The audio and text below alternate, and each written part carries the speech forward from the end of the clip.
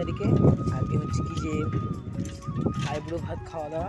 সকালে বন্ধুর বাড়ি থেকে আসার পর আমি চুল কেটে নিয়েছিলাম বাড়িতে, তারপর এখন আবার বিকেলে বন্ধুর বাড়িতে যাচ্ছি। সিঙ্গারা নিয়ে নিয়েছি আর এই প্রতিদিনের বাড়িতে চলে এসেছি, বেলাতেও এসেছিলাম।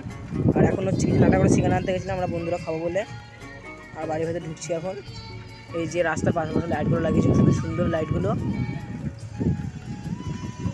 আর এই যে সিঙ্গারা নিয়ে নিয়েছি, আমরা 4 জন বন্ধু আছি, খাবো সবাই মিলে।